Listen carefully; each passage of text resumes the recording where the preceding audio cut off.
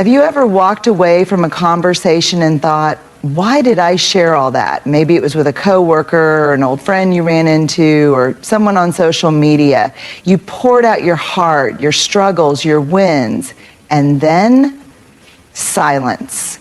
Or worse, a response that made you regret saying anything at all.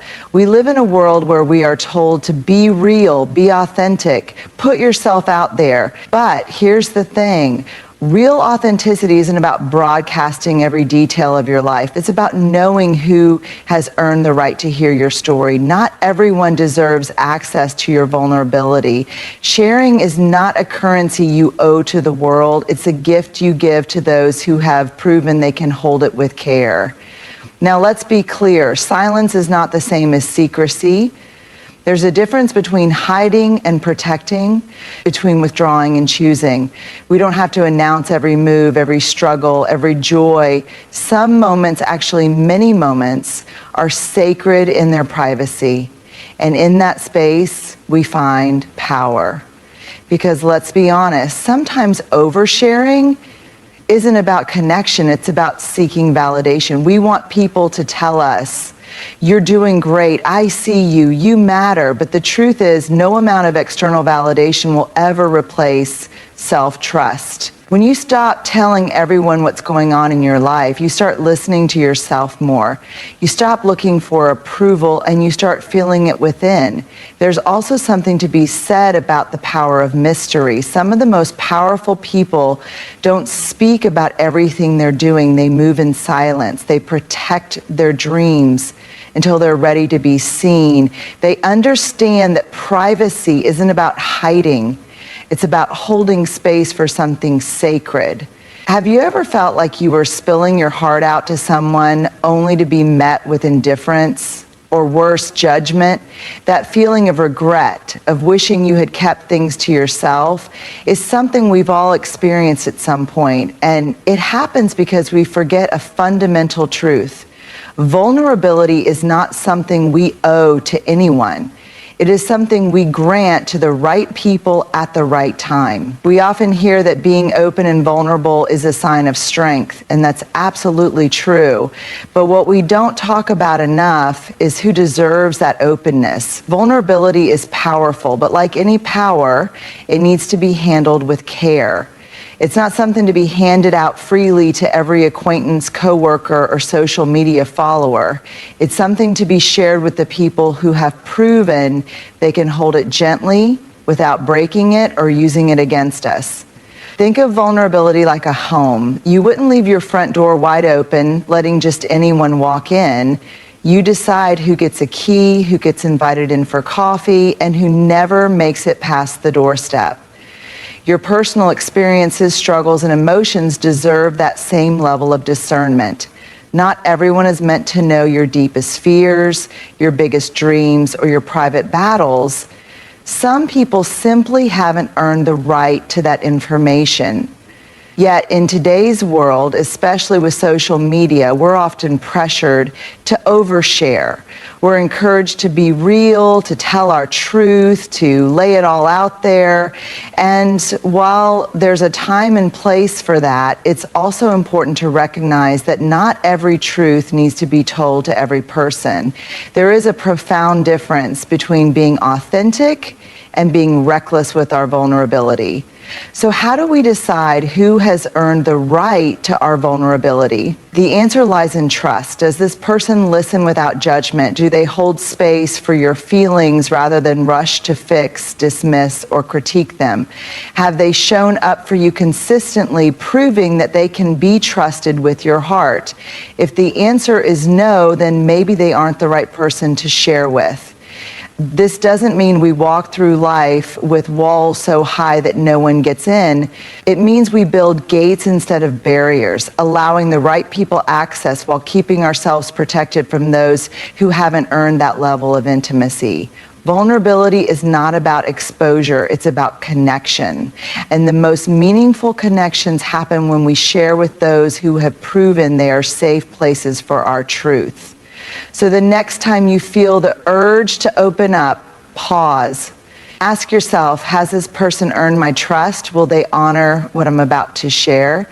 Am I sharing this because I truly want to or because I feel obligated to? Because vulnerability should never be forced. It should never be expected. It should be a choice, your choice. And the people who truly deserve your story, they'll never demand it. They'll simply create a space where you want to share it. We live in a world that glorifies constant updates. From social media posts to daily check-ins, there's an unspoken pressure to let people know what's happening in our lives at all times. If we're quiet, people assume something is wrong. If we don't share, they wonder what we're hiding. But here's the truth, choosing silence doesn't mean we're being secretive. It simply means we are protecting what matters most. There is a difference between secrecy and privacy, and yet they are so often confused. Secrecy comes from a place of fear, shame, or avoidance. It's when we actively hide things because we're afraid of judgment or consequences. But silence is often an act of self-respect. It's about knowing that not everything needs an audience. It's about understanding that some things, some moments, some experiences are sacred enough to be kept just for ourselves. Think about the most meaningful moments in your life, the ones that shaped you, moved you, or made you feel truly alive. Were they shared with the world immediately, or did they unfold quietly in the presence of only a few trusted souls? Some of the most beautiful and transformative experiences don't need public validation. They don't need likes, comments, or applause. They need time to breathe. They need space to be felt fully, without outside noise. Silence is also an act of power. It allows us to move with intention rather than impulse. When we constantly share every detail of our lives, we invite opinions, expectations, and sometimes even criticism that we never asked for. But when we hold certain things close, our dreams, our healing, our personal growth, we give ourselves the freedom to navigate them without interference. We become more in tune with what we truly want rather than what the world thinks we should want. And let's be real, sometimes people aren't asking about your life because they care. Sometimes they're asking out of curiosity, out of habit, or even out of gossip. Not everyone who listens is listening with good intentions. Some just want to collect pieces of your story for their own entertainment, and that's why silence is such a powerful filter. It separates those who truly care from those who are just passing through.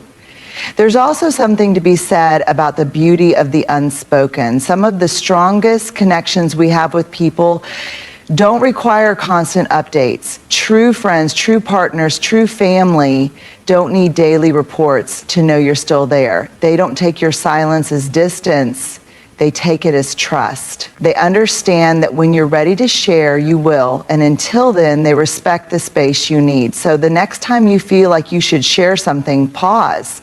Ask yourself, am I sharing because I truly want to or because I feel pressured to? Does this moment need validation or does it need protection? Who am I sharing this with, and do they truly deserve to hold it? Because at the end of the day, silence isn't about withholding. It's about honoring. It's about knowing that your life is yours first, and you get to decide which parts are meant for the world and which are meant for you. Have you ever caught yourself waiting for someone to tell you that you're doing okay? Maybe it's a friend, a partner, a boss, or even a stranger on social media. You share an accomplishment, a struggle, or just an everyday moment, hoping for a response that reassures you, you're seen, you're valued, you matter. But what happens when that response doesn't come? When the likes don't add up, when the compliments don't flow, when the acknowledgement never arrives. If that moment of silence shakes your confidence, it's a sign that you've been outsourcing your self-worth. And here's the hard truth. As long as your sense of validation depends on others, You'll always be chasing something you can't control. Why do we seek validation? From an early age, we are wired to seek approval. As children, we look to parents and teachers to tell us we're doing a good job. As we grow older, that need shifts, but it doesn't disappear. It just takes different forms. We seek validation through praise at work, through compliments in relationships, through applause for our achievements. And in today's world, we seek it through likes, comments, and followers, tiny digital affirmations that tell us, you are enough. But the problem with external validation is that it's unreliable. One day people praise you, the next they ignore you. One moment you're admired, the next you're forgotten. When you base your worth on others' approval, you place your power in their hands.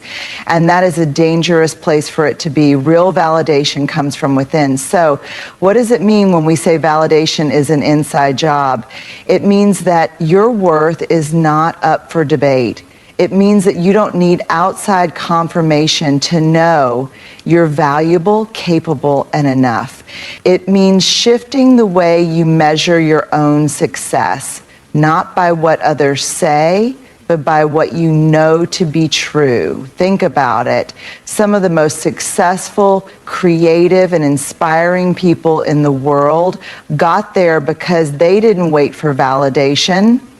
They didn't ask for permission to believe in themselves. They didn't stop when others doubted them. They kept going because they knew deep down that they were on the right path, even when no one else could see it. How to cultivate internal validation. So how do you stop seeking external approval and start validating yourself? Here are a few key shifts. Define your own success. Instead of measuring your worth by what others think, create your own standards. What makes you proud? What feels right to you? When you set your own benchmarks, you stop needing others to tell you you're on the right track. Trust your own voice. Every time you seek validation, ask yourself, do I already know the answer? Most of the time you do. The question isn't whether you're good enough, it's whether you trust yourself enough to believe it. Detach from outcomes, stop basing your self-worth on how others react to what you do. Whether it's a project, a decision, or a personal goal, remind yourself, I did this for me, not for applause, not for approval, just for me. Celebrate small wins without an audience. Can you feel proud of yourself even if no one knows? Can you accomplish something meaningful without broadcasting it? The ability to celebrate in silence is a sign of true confidence. Recognize the temporary nature of praise. External validation feels good, but it's fleeting. The same people who praise you today might ignore you tomorrow. That's why real self-worth has to come from within. The freedom of self-validation, here's the beautiful thing. When you stop needing validation from others, you become unstoppable. You no longer shrink when people don't notice you. You no longer second guess yourself when approval is absent. You move through life with a quiet confidence, knowing that you decide your worth, not the world. And the irony, when you stop seeking validation, you often end up receiving it anyway. Because people are naturally drawn to those who don't beg for approval. Confidence is magnetic. But the difference is, you don't need it anymore. It's just a bonus, not the foundation. So the next time you find yourself waiting for someone to acknowledge you, pause. Instead of looking outward, turn inward. Remind yourself, I am enough. Not because someone says so, but because I decide so. Because at the end of the day, the most powerful validation you can ever receive is the one you give to yourself. In a world where everyone is constantly sharing their every move, there is something undeniably powerful about a person who doesn't reveal everything. A person who moves quietly, works diligently, and lets their actions, not their words, speak for them. Mystery is often misunderstood. Some see it as being distant, secretive, or unapproachable. But in reality, mystery isn't about holding your power, holding your energy, holding your dreams close until they are strong enough to stand on their own.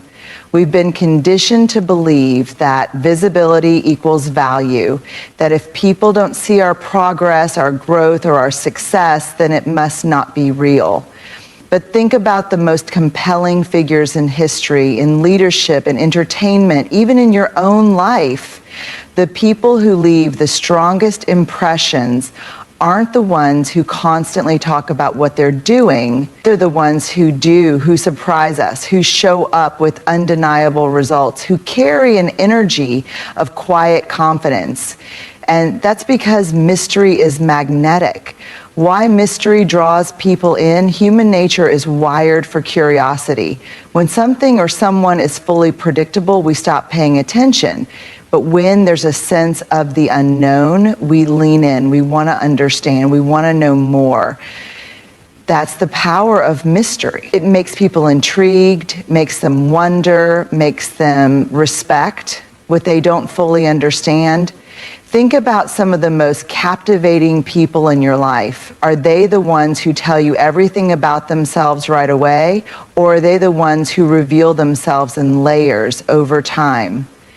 Mystery keeps people engaged because it signals that there's depth, something beyond the surface, something worth discovering. The downside of oversharing, in today's world, there's an expectation to constantly update people on what we're doing, to post our plans, our wins, our struggles, to make everything public. But the more we give away, the less value it holds. When you share everything, you take away the intrigue, you invite unnecessary opinions, criticism, and expectations that can weigh you down. There is a difference between being open and being exposed. Openness is sharing intentionally. Exposure is giving away too much too soon to the wrong people. And once something is out in the open, you can't take it back. When you keep certain things to yourself, your next move, your personal growth, your silent victories, you maintain control. You choose who gets to know, when they get to know, and how much they get to know. That is power. Moving in silence, the art of surprise. One of the most powerful things you can do is let your results speak for themselves. There is no better feeling than working quietly behind the scenes than showing up with something undeniable. Whether it's a career move, a personal transformation, or an achievement, you didn't feel the need to announce in advance. When you don't tell everyone your plans, you eliminate external pressure. You free yourself from expectations, from doubters, from people who project their fears onto you. You give yourself room to change your mind, to pivot, to grow without anyone watching or critiquing every step. This isn't about being secretive for the sake of it. It's about understanding that your journey is yours, that not everything needs to be performed for an audience, that some of the best moments in life are the ones that unfold without a script, without spectators, without unnecessary noise. How to cultivate mystery in your life. If you want to harness the power of mystery, start by practicing these habits. Speak less, do more. Instead of announcing what you're going to do, just do it. Let people see the outcome, not the process. Surprise is one of the greatest elements of power. Be selective with your shares. Not everyone deserves access to every part of your life. Share with intention. Some things are meant to be sacred, private, and protected. Embrace the pause. You don't have to respond to everything immediately. Let people wonder. Let them sit with the unknown. Your silence can often say more than words ever could. Keep them guessing. Stay unpredictable. Be the person who evolves, who shifts, who grows in unexpected ways. People lose interest in what they fully understand, but they stay intrigued by what they can't quite figure out. Protect your energy. The less you explain yourself, the more peace you'll have. You don't owe anyone an explanation for your dreams, your choices, or your personal growth. The power of being unreadable. The world respects what it can't easily define.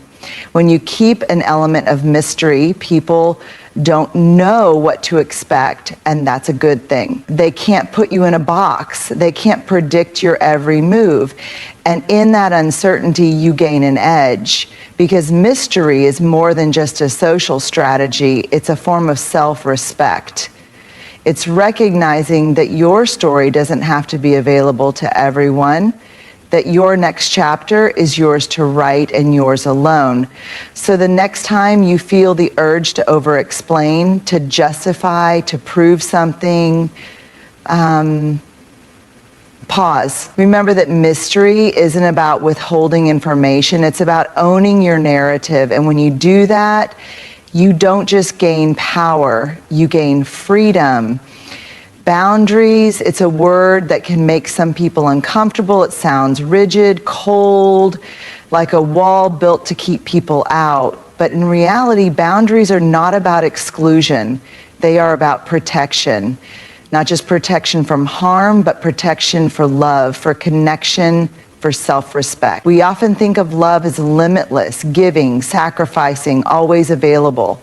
But real love, healthy love, sustainable love has limits. It has structure. It knows where it ends and where it begins. And that's why boundaries are not barriers, they are bridges. Bridges that help us honor ourselves while still showing up fully for the people we care about. Why we struggle with boundaries. Many of us were raised to believe that setting boundaries is selfish. We were taught to accommodate, to put others first, to say yes when we really wanted to say no. We learned that saying, I don't have the capacity for this right now, makes us difficult or cold. And so we learned to override our own needs, to ignore our exhaustion, to tolerate disrespect, to give until we had nothing left. But here's the truth. People who truly love and respect you will never be offended by your boundaries. Because boundaries are not a rejection of others, they are an affirmation of yourself. They say, I love you and I love myself too, and I want to be in a relationship with you in a way that is healthy for both of us. The connection between boundaries and love without boundaries is not love, it's obligation, it's people pleasing, it's giving from a place of guilt rather than joy. And over time, that kind of love breeds resentment. Think about it. When you say yes to something you don't actually want to do, what happens? You feel drained. You feel frustrated. You start to pull away. Not because you don't care, but because you've stretched yourself too thin.